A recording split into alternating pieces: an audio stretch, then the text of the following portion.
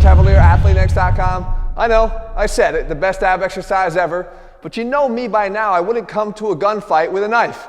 I came with the evidence of why I feel this is the best ab exercise ever, and of course it has to meet the criteria for being called the best ever. First and foremost, this is a ground-based movement. I like when you can get a closed chain environment, you can keep your feet on the ground. In this case, I got my hands and my feet on the ground as opposed to hanging from a bar. Number two, this ab exercise is one that is scalable, meaning I will show you variations that allow the rank beginner to try this and the most advanced guy, the guy with the strongest core ever.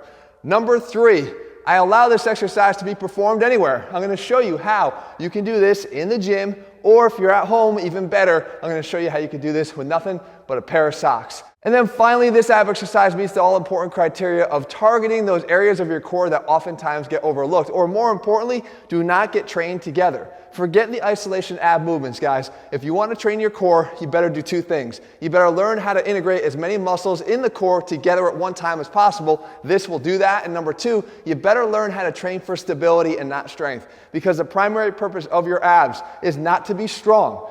The primary purpose is not to be able to crunch an entire weight stack in a weighted crunch machine. More importantly, you better be able to hold an entire weight stack on your back through a stability exercise. This is a stability exercise that will do everything that it needs to do.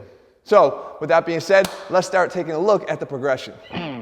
Okay, first of all, this exercise is a variation of the plank. But for those that tell you, oh, planks is all you need to do, no, you're not going to cut it that way, because there's not enough of a challenge to your stability. Not when people can break world records and do planks for hours and hours on end.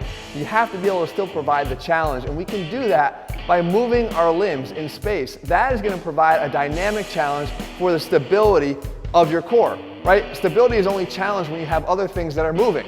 So we get in this plank position, and now we aim to just pull our knees in towards our chest. Now we're working the lower abs here because we're initiating a bottom-up movement. Now this is really easy, and I said you can do this in the gym if you're using a plate here, or more importantly, and as you can see even as I rotate, that's the next step, but more importantly, let's take that into a more practical environment if you're training at home. You could just flip off your shoes, hit a hardwood floor, a tile floor, any slick floor, come down to the ground and start banging out the same exercise. Now I talked about scalability. We can scale this back for beginners. Maybe you can't hold a plank and then also pull your knees in because you just don't have the lower ab strength to do that. That's not a problem. What you can do is drop down to your knees as you pull in, and then when you slide your legs back, let the legs actually lift themselves off the ground when they run out of room to slide. So you're basically doing a variation of a semi-plank and semi-assisted plank here on the knee pull-in. You can do that now. Again, back to the more advanced version of this, you don't have to do just a straight pull in, pull out maneuver here. That's not going to be challenging either, because one of the other components you always want to try to incorporate into core training is rotation. So now you'll see me do this with a rotation to the left or rotation to the right, or of course alternating back and forth. But you know, that's not even really going to keep me satisfied, because I want to make it even harder than that. So we can add our serpentine variation to this. And this is an exercise I've shown you before, but I want to show you the progression here on the single exercise so you'll find a way to challenge yourself at any level. And the serpentine one now adds a much more dynamic stabilization requirement for your core. Then finally, we can say, hey, let's not just focus on the ability of moving our bottom towards our top, but let's focus on moving our bottom away from our top. And that puts us right squarely here into the really hard versions here, which is a cliffhanger plank that's done dynamically. Okay, so now we're sliding our legs out behind us and trying to extend out into this cliffhanger. The ability to hold your plank here and the stability required here just shot off the charts. But that's great if this is what's challenging for you. You gotta do the things that challenge you. But of course, I can make it even harder for you. What do we want to get in here? Rotation.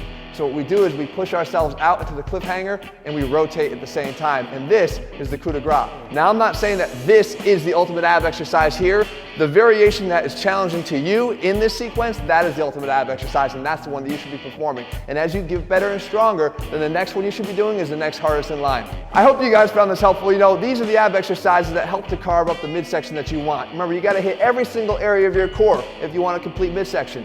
And we help to do it in the ATHLEAN-X training system. I don't overlook any valuable component of core training. As a matter of fact, it's way up here in the list of importance when it comes to training like an athlete, so I never miss a beat here, and I make sure you don't either in any of our programs. You can find them over at ATHLEAN-X.com. In the meantime, if you found this video helpful, leave your comments and thumbs up below. Tell me what else you want to see me cover here on this channel, and I'll do my best to do that. All right, guys, let's get this thing done. I'll see you back here in just a couple days.